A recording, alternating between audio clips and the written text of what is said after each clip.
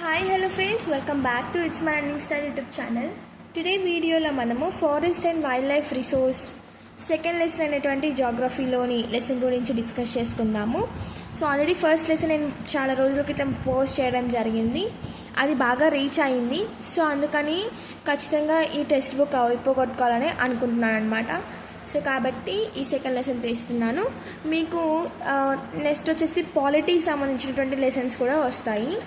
So ఇది చాలా చిన్న లెసన్, చాలా ఈజీ లెసన్. మీరు చూసుకున్నట్టయితే జస్ట్ ఇంతవరకే అనమాట. మనకి లెసన్ అనేది చాలా చిన్నగా ఉంటుంది అండ్ చాలా ఇంపార్టెంట్ లెసన్ కూడా. సో నెక్స్ట్ లెసన్ వచ్చేసి వాటర్ రిసోర్సెస్ అనమాట. సో ముందుగా మనము ఇది కంప్లీట్ చేసుకున్న తర్వాత నెక్స్ట్ వీడియోలో వాటర్ రిసోర్స్ చూద్దాము. సో ఫస్ట్లీ మీరు ఇక్కడ గమనించండి క్లియర్గా.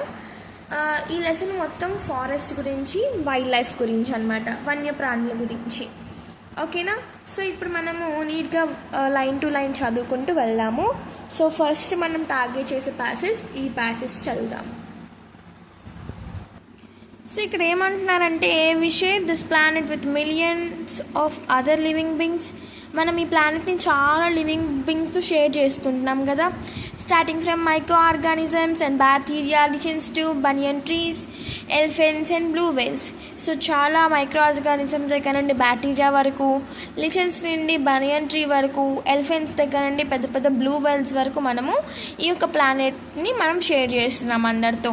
This entire habit that we live in has immense biodiversity.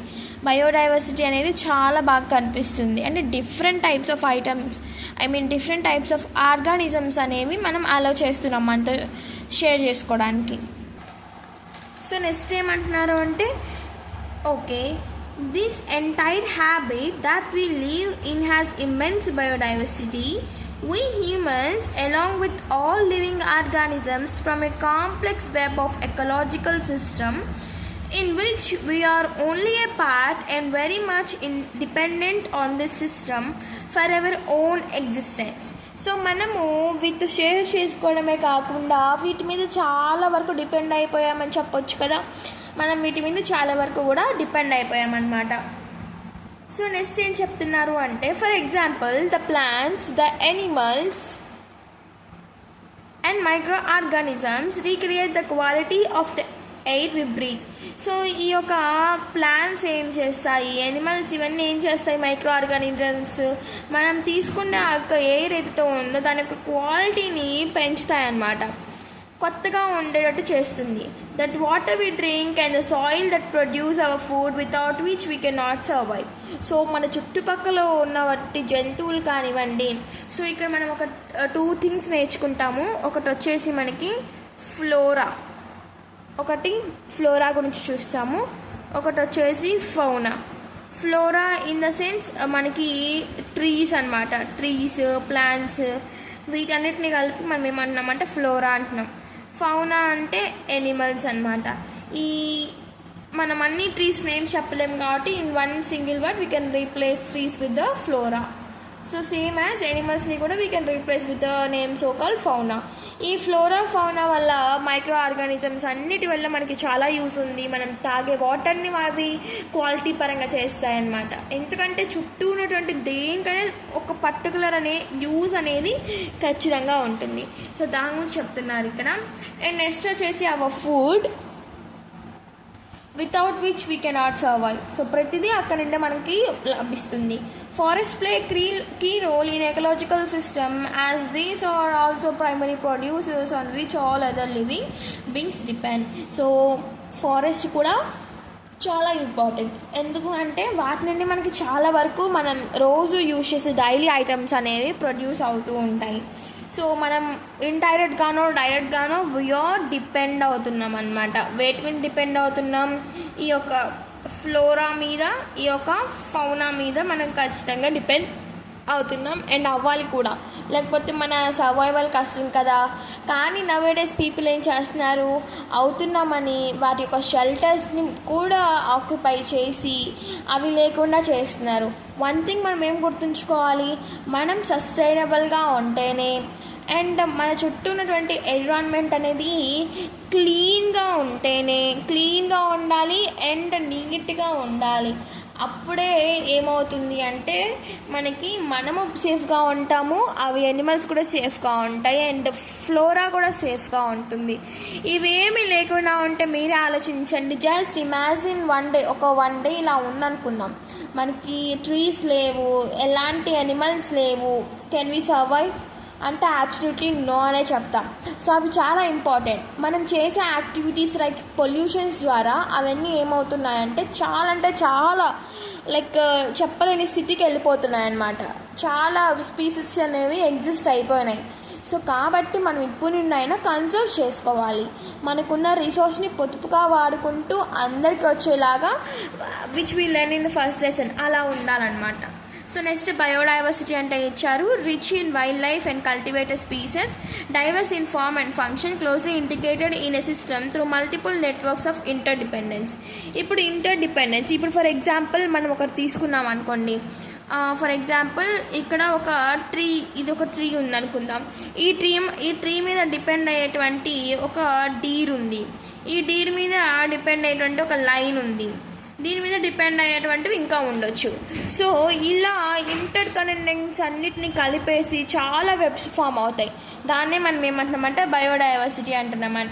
అన్నీ అనమాట, the combination of flora, the combination of fauna, the combination of humans and their multiple network of interdependence, all together we calling it as a biodiversity.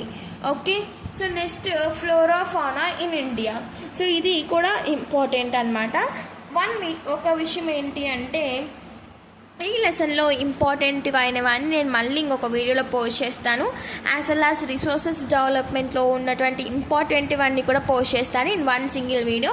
Within 20 minutesలో ఉంటుంది. అది ఏంటంటే ఇది lesson చదువుతూ line to line చదివే process ఇది lesson మొత్తము.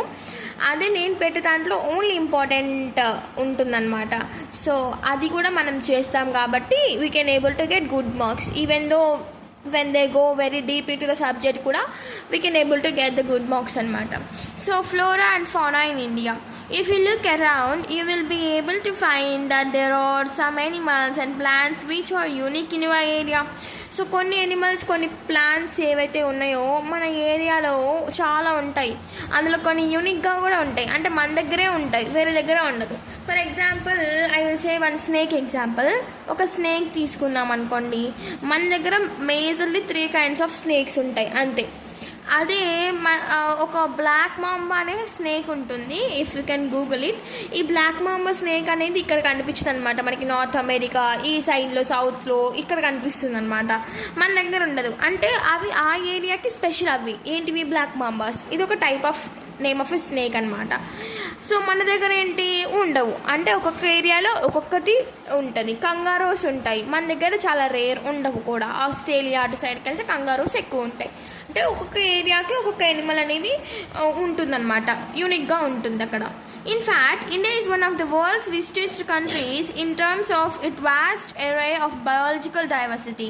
This is possibly twice or thrice the number yet to be discovered. You have already studied in detail about the extent and variety of forest and wildlife resources in India.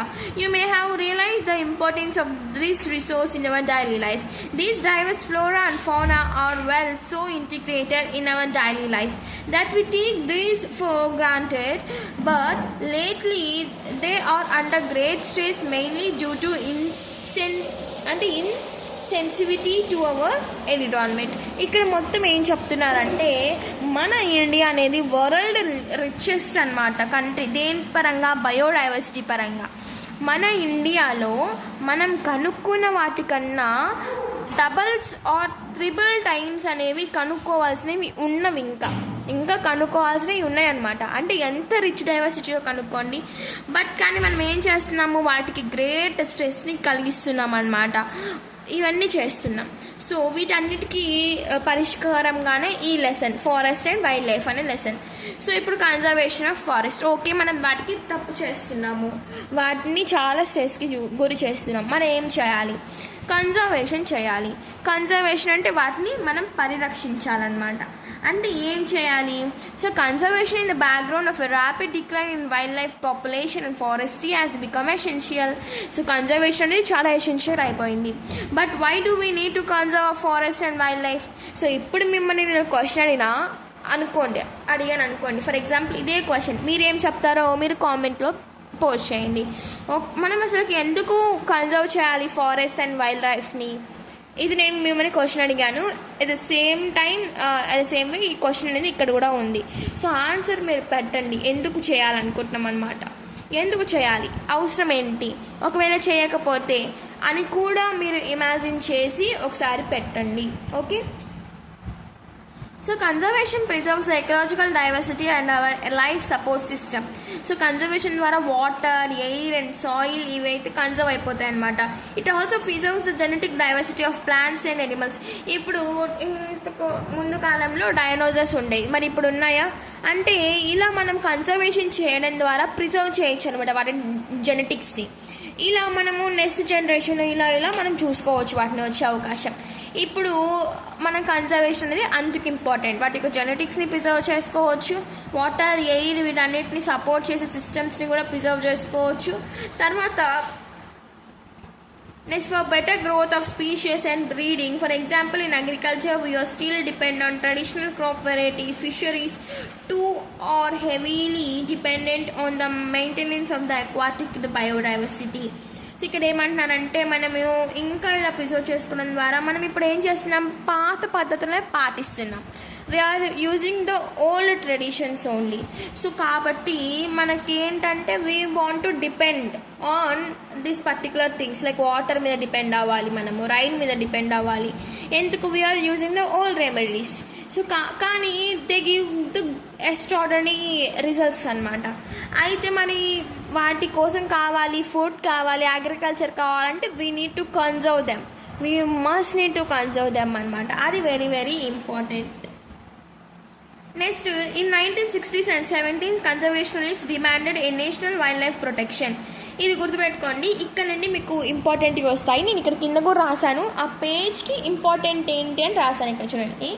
So 1960s 1970s కన్జర్వేషనలిస్ట్ ఎవరైతే ఉన్నారో వాళ్ళు demand చేశారు ఏంటిది, ఒక national wild life protection కావాలి అని. This is the thing which we need to learn from this page, this whole page. So ఇక్కడ మనం ఇది ఖచ్చితంగా గుర్తుపెట్టుకోవాల్సిన థింగ్ అనమాట. సో ఇంతవరకు ఫస్ట్ పేజ్ అయిపోయింది. Let we go for the second page. Okay, ఈ సెకండ్ పేజ్లో ఏముంది, ఇది ఇంపార్టెంట్ అండి, చాలా important. We can get this bit from in any exams అనమాట. Even though for our final ఎగ్జామ్స్లో కూడా ఆ బిట్ వచ్చే అవకాశం ఉంటుంది. ఏంటి ఆ బిట్ చూద్దాం. సో ఇక్కడ చూడండి, కనిపిస్తుంది అనుకుంటున్నాను. Yeah. So the Indian Wildlife Protection Act was implemented in 1972. was one of the important bit. 1972లో Indian wild life protection act అనేది ఇంప్లిమెంట్ అయింది with various provisions for protecting habitats and all India list of protected species also publish. The thrust of the program was towards protecting remaining population of certain endangered species by banning hunting, giving legal protection to their habitats and restricting the trade in wildlife. Subsequently, central and many states governments established national parks and wildlife sanctuaries about which you have already studied.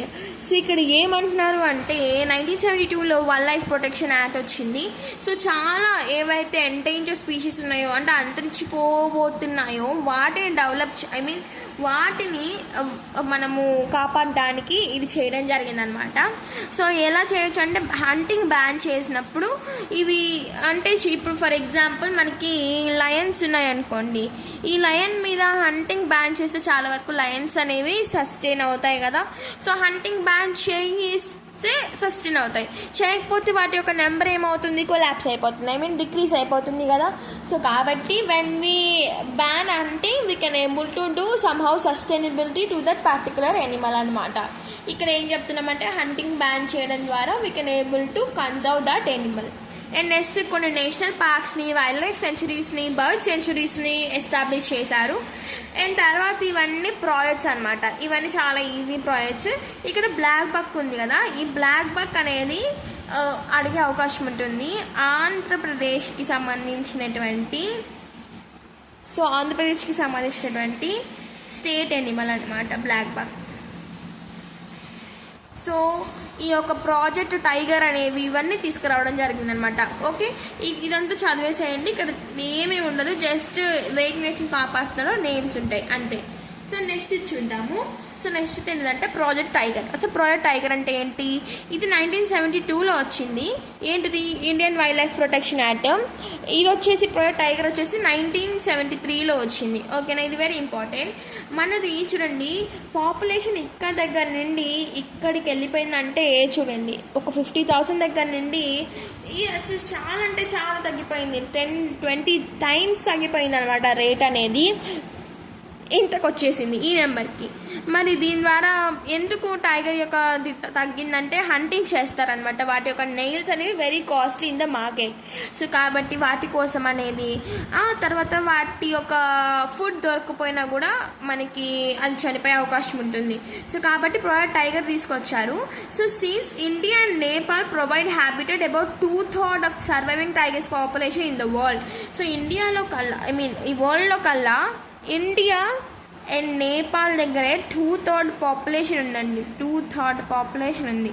వేటి population?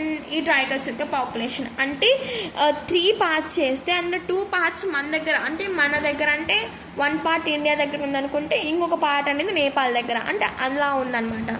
So next ఏంటంటే these national become prime targets for poaching illegal trade. So ఎందుకు అంటే trade కోసం, వీటి కోసం అనమాట ఇదంతా వాళ్ళు చేసేది. సో ఇది 1973లో ప్రారంభించినటువంటి ఇది ఏం చేస్తుందంటే ప్రాజెక్ట్ టైగర్ అనేది, ప్రాజెక్ట్ టైగర్ ద్వారా టైగర్స్ అనేవి కన్సర్వ్ అయిపోతాయి అన్నమాట. సో ఇంకొక థింగ్ మనం గుర్తుపెట్టుకోవాల్సింది ఏంటి అంటే, మనం ఎందుకు టైగర్స్ అనేవి which is not at all good for hour, మనకి గుడ్ కాదు అనుకుంటాం. మరి ఎందుకు వాటిని కన్సర్వ్ చేయాలి? దీనికి కూడా ఆన్సర్ చెప్పండి. సో ఇక్కడ నేను ఆన్సర్ చెప్తాను. ఎందుకు మనం కన్సర్వ్ చేయాలి, ఓకే, ఎందుకు మనం కన్సర్వ్ చేయాలి అంటే టైగర్స్ని, ఇప్పుడు టైగర్ అనేది ఉందనుకోండి, ఫస్ట్ దాని యొక్క టైగర్ యొక్క కాన్స్ చూసినట్టయితే టైగర్ అనేది మనుషుల్ని చంపేస్తుంది, అన్ని చంపేస్తుంది అపోహ ఉంటుంది. ఎస్, అది రియల్లీ ట్రూ. ఎంతవరకు అంటే మనం దాన్ని ఏమైనా చేసేంతవరకు దాన్ని సెల్ఫ్ ప్రొటెక్షన్గా చేసేది. బట్ ఒక టైగర్ అనేది బాగా ఎక్కువ నెంబర్ ఇంక్రీజ్ అయింది అనుకోండి, ఒక్క మాటలు చెప్పేయచ్చు అనమాట, ఆ ఫారెస్ట్ అంతా గుడ్గా ఉందని. ఒక టైగర్ బాగుంటే ఫారెస్ట్ అంతా బాగుంటుంది. ఒక టైగర్ యొక్క ఇంక్రీజ్ నెంబర్ అయిందనుకోండి, ఆ యొక్క ప్రాజెక్ట్ ఫారెస్ట్ మొత్తం బాగుంటుంది అనమాట. ఎందుకు అంటే ఇప్పుడు మనం ఫర్ ఎగ్జాంపుల్ చూసుకుంటే టైగర్ దేన్ని తింటుంది? డీర్ని తింటుంది. డీర్ ఏం తింటుంది? ట్రీస్ని తింటుంది. Not only deer, like forest buffaloes ఉంటాయి, ఫారెస్ట్ పిగ్స్ ఉంటాయి. వీటిని తిన్నప్పుడు వీటిని ఏం తింటుంది? ట్రీస్ తింటాయి. డీర్ అనేది ట్రీస్ని తింటుంది. సో ఇక్కడ మనం చూసుకున్నట్టయితే టైగర్ డీని తిన్నప్పుడు డీర్ ట్రీస్ని తింటుంది కదా. ఈ టైగర్ ఎప్పుడు హ్యాపీగా ఉంటుంది? దాని యొక్క ఫుడ్ బాగా దొరికినప్పుడు. అంటే ఫుడ్ ఎప్పుడు దొరుకుతుంది? ఈ మధ్యలో ఉన్నటువంటి డీర్స్, పిగ్స్, టైగర్ తినే ఫుడ్ మొత్తం బాగున్నప్పుడు. ఎప్పుడైతే అది బాగుంటుందో ఇవన్నీ ఎప్పుడు ఎక్కువ ఉంటాయి, డీర్స్ కానీ పిగ్స్ కానీ. ఎప్పుడైతే ట్రీస్, వాటికి కావాల్సినటువంటి గ్రాస్ దొరికినప్పుడు ఇవి హ్యాపీగా ఉంటాయి. అంటే ఇంటర్ డిపెండెన్స్ చూడండి. ఇది కూడా గమనించండి. సో దీని మీద ఇది డిపెండ్ అవుతుంది, దీని మీద ఇది డిపెండ్ అవుతుంది. అది కరెక్టే, అదొక వెబ్ ఫామ్ అవుతుంది. బట్ ఇక్కడ గమనించాల్సింది ఏంటి అంటే, ఇప్పుడు ఫర్ ఎగ్జాంపుల్ టైగర్స్ లేవనుకోండి, ఈ డీర్ బాగా పెరిగిపోతాయి. ఎంత బాగా బాగా పెరుగుతాయి, ఎక్కువ సంఖ్యలో వస్తాయి. అప్పుడు ఈ ట్రీస్ అనేవి తగ్గిపోతాయి. అప్పుడు వీటికి ఫుడ్ ఉండదు, ఓవరాల్గా అది కొలాప్స్ అవుతుంది.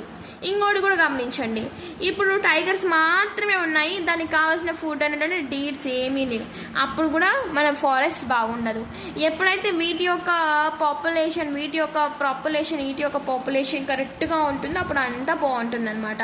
టైగర్స్ ఎక్కువగా ఉన్నాయంటే, ఎక్కువగా ఉన్నప్పుడు ఏం చేస్తుంది? చేస్తే డీర్స్ని తినేస్తే డీర్స్ యొక్క సంఖ్య లెవెల్ అయిపోతుంది. అప్పుడు మనకి ఎక్కువ ఫారెస్ట్లో ట్రీస్ అనేది సెట్ అయిపోతుంది అనమాట. సో ఈ విధంగా ఒక టైగర్ బాగుంటే ఒక ఫారెస్ట్ బాగుంటుంది. సో ఇది చెప్పడానికి ఇక్కడ ఫారెస్ట్ టైగర్ అనే దాన్ని కూడా మనం చూసాము. 1973లో వచ్చింది. ఇక్కడ ఇండియన్ లైఫ్ ప్రొటెక్షన్ యాక్ట్ వచ్చింది, వైల్డ్ లైఫ్ ప్రొటెక్షన్ 1972లో వచ్చింది. దీని గురించి డిస్కషన్ ఎప్పుడు చేశారు? 1960స్లో 1970స్లో చేశారు. అండ్ వచ్చేసి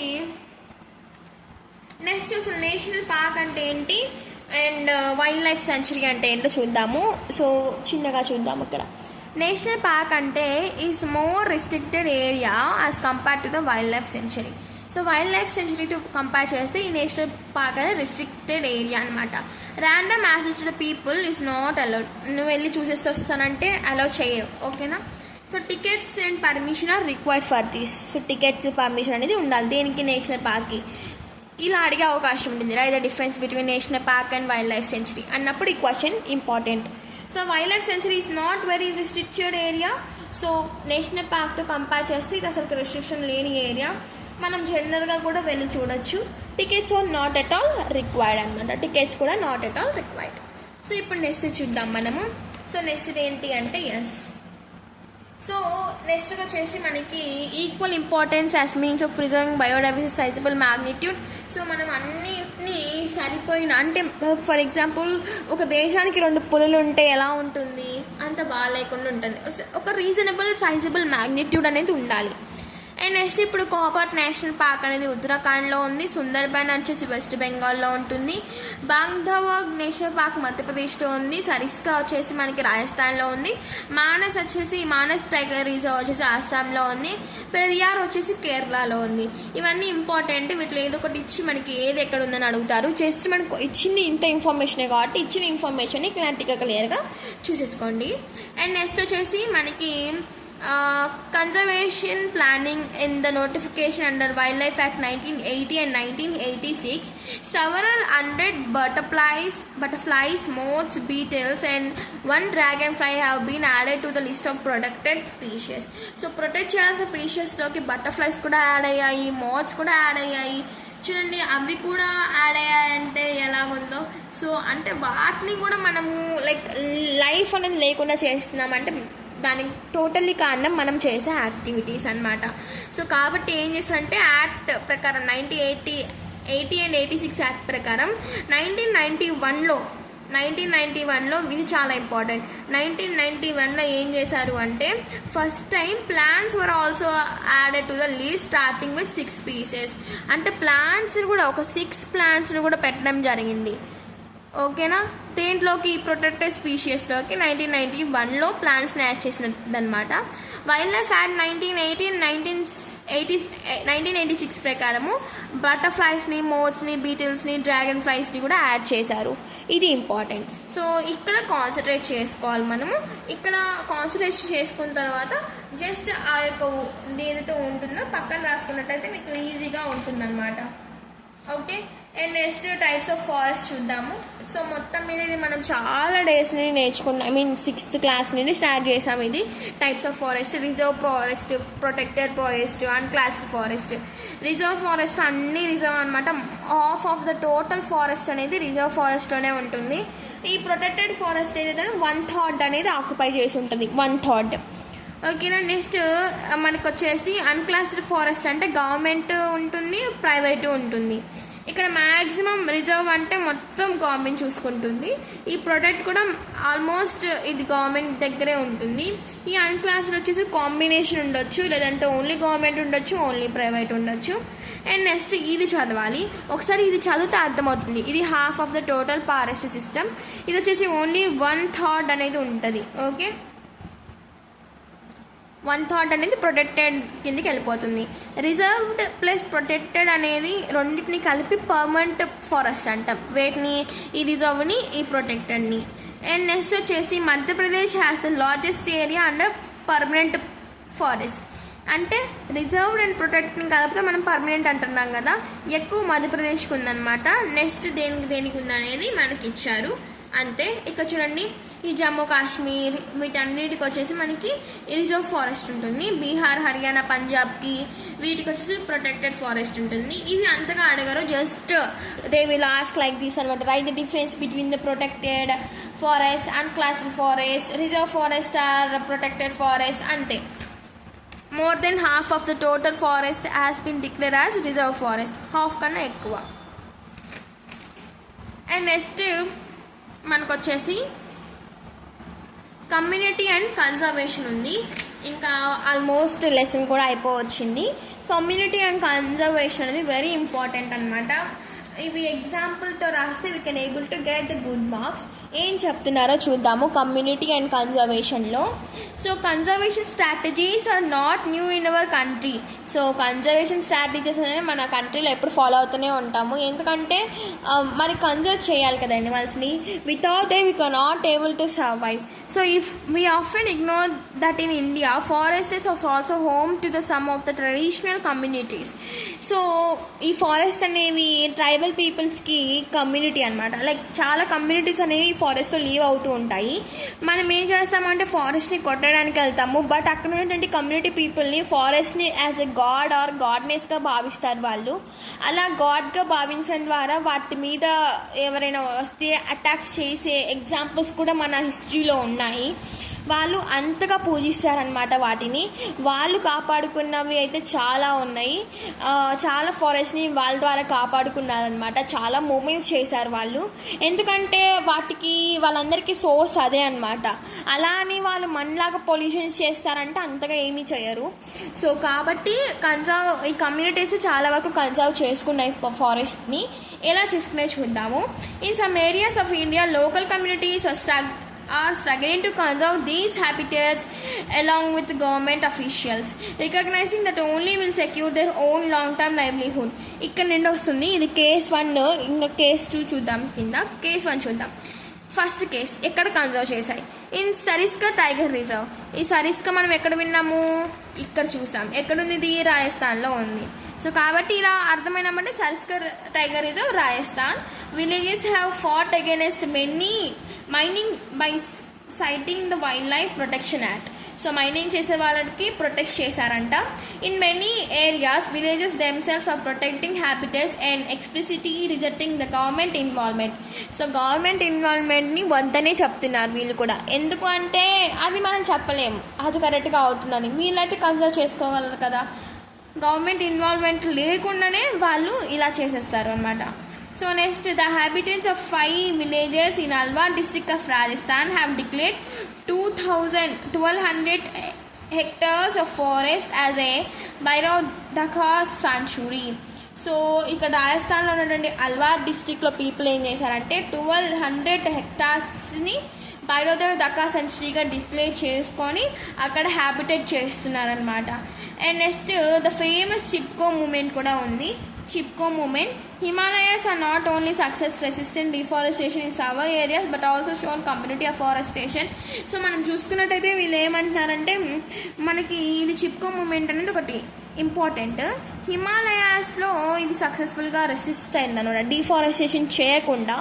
అలానే ఈ మూమెంట్ డిఫారెస్టేషన్ ఎలా ఆపాలో కాదు, అఫారెస్టేషన్ని ఎలా చేయాలో కూడా చెప్పినటువంటి ఫస్ట్ మూమెంట్ అనమాట. అంటే చెట్లను నరికేయడమే కాదు, చెట్లను నాటినటువంటి మూమెంట్ ఇది. ఓకేనా. నెక్స్ట్ ఏంటంటే బీచ్ బచావో ఆందోళన్ థియరీ దగ్గర జరిగింది ఇది. అండ్ నెక్స్ట్ నవధాన్య ఇది కూడా జరిగింది. అండ్ నెక్స్ట్ ఇది important joint JFM joint forest management. ఇంతే మనకి మొత్తం ఉంది. జాయింట్ ఫారెస్ట్ మేనేజ్మెంట్ అనేది ఇది వెరీ ఇంపార్టెంట్ అనమాట. ఇక్కడ ఏం చేస్తారంటే లోకల్ కమ్యూనిటీస్ని ఇన్వాల్వ్ చేస్తారు వాళ్ళే. లోకల్ కమ్యూనిటీస్ని ఇన్వాల్వ్ చేయడం ద్వారా ఏమవుతుంది అంటే మనకి వాళ్ళకి తెలుస్తుంది. ఇప్పుడు ఫర్ ఎగ్జాంపుల్ ఒక డిస్ట్రిక్ట్ చూద్దాం. ఒక డిస్ట్రిక్ట్లో ప్రాబ్లమ్స్ ఏం చేస్తాయి ఎవరికి తెలుస్తుంది? డిస్ట్రిక్ట్ పీపుల్కి తెలుస్తుంది, అక్కడ ఉన్న వాళ్ళకి తెలుస్తుంది. ఒక చిన్న పల్లెటూరులో ప్రాబ్లమ్స్ ఎవరికి తెలుస్తాయి? అక్కడే ఉన్న వాళ్ళకి తెలుస్తుంది. సో అలానే ఇక్కడ మనకి ఎలా అంటే ఇక్కడ ఈ కమ్యూనిటీకి మనం పోస్ట్ దాని ద్వారా ఏమవుతుందంటే కమ్యూనిటీలో ఏం బాగాలేదో వాళ్ళకి తెలుస్తుంది అనమాట. సో కాబట్టి అలా వాళ్ళకే ఇచ్చారు పోస్ట్. 1988లో జరిగింది ఇది. ఫస్ట్ టైం ఇంప్లిమెంట్ చేసింది ఒడిశాలో. సో జాయింట్ ఫారెస్ట్ మేనేజ్మెంట్ అనేది. సో అండ్ తర్వాత దీనికి భాగంగా వాళ్ళు టింబర్స్ ఇలాంటివి కూడా షేర్ చేసుకుంటారు. ఇది సక్సెస్ఫుల్ ప్రొటెక్షన్గా ఉంటుందన్నమాట. మనకి మొత్తం ఇది ఏంటంటే to clear lesson from a dynamics of both environmental destruction reconstruction in India that local communities everywhere have to be involved in some kind of natural resources management. So ఇది very important. So both ఏదైతే ఉందో government పరంగాను communities పరంగాను ఇద్దరు కలిసి ఉన్నట్టయితే we can able to do conserve అనమాట. So ఈ విధంగా ఈ లెసన్ అయిపోతుంది. సో ఈ లెసన్ అనేది ఇంతతో కంప్లీట్ అయిపోయింది. సో నెక్స్ట్ మనం చూస్తున్నామంటే sacred groves a wealth diverse and rare species. So నేను చెప్పాను కదా వీళ్ళు చాలా అంటే ఎలా కొలుస్తారంటే గాడ్నెసెస్గా కొలుస్తారు. మరి చూసుకున్నట్టయితే ఇక్కడ చూడండి ఇవి చాలా ఇంపార్టెంట్. ఇక్కడ ఏంటో ఇలా ఇచ్చారు అనుకోవద్దు. ఇప్పుడు చూడండి మహువా అంటే బ్యాసిలా లతిఫోలియా, కదంబా అంటే యాంథోపోదస్ కదంబా, టామరిన్ అంటే టామరిన్ ఇండికా, మ్యాంగో అంటే మ్యాంగిఫెరా ఇండికా. ఏంటివి ఇలా ఉన్నాయి అనుకుంటున్నారా? ఇవి సైంటిఫిక్ నేమ్స్ అనమాట. ఇవి వెరీ ఇంపార్టెంట్. ఇక్కడ ఉన్నాయి వాళ్ళందరూ వీటిని కొలుస్తారు, పూజిస్తారనమాట. అలానే కొన్ని బ్లాక్ బగ్స్ని వీటిని కూడా పూజిస్తూ ఉంటారు. సో ఇది మనకి overall lesson. And moreover that లెసన్లో ఉన్న ఈచ్ అండ్ ఎవ్రీథింగ్ చదవడానికి ఇది ఒక ఎగ్జాంపుల్ అనమాట. ఈ ఎగ్జాంపుల్ని ఇచ్చి క్వశ్చన్స్ అడగడం జరుగుతుంది. ఇది కూడా చదవండి. గౌతమ్ బుద్ధుడు చెప్తారు కదా, ఏం చెప్తారు? ట్రీస్ ఆర్ వెరీ ఇంపార్టెంట్ అని చెప్తారు. సో మనం ఏమైనా చేస్తామేమో కానీ అవి మనకి ఏమి చేయకుండా ఉండేటువంటివి అనమాట. మనం ఎన్నిసార్లు రాయేసి కొట్టినా అది తిరిగి మనల్ని కొట్టదు. అలాంటి మంచి ఫ్రెండ్ అని చెప్తూ ఉంటారనమాట. మనం డిస్ట్రాయ్ చేస్తున్నాం దాన్ని అన్నట్టుగా చెప్తారు. So that is the overall lesson. So ఈ లెసన్లో ఉన్నటువంటి ఇంపార్టెంట్ క్వశ్చన్స్ అండ్ ఇంపార్టెంట్ బిట్స్ని మనము నెక్స్ట్ వీడియోలో చూద్దాము. అది ఏంటంటే అండర్ 20 minutesలో ఈచ్ అండ్ ఎవ్రీ లెసన్ చూస్తాం కదా, అందులో భాగంగా. సో ఒక్కసారి మళ్ళీ రివిజన్ చేయండి ఈ లెసన్ని. చాలా ఈజీగా ఉండేటువంటి లెసన్. Thank you all.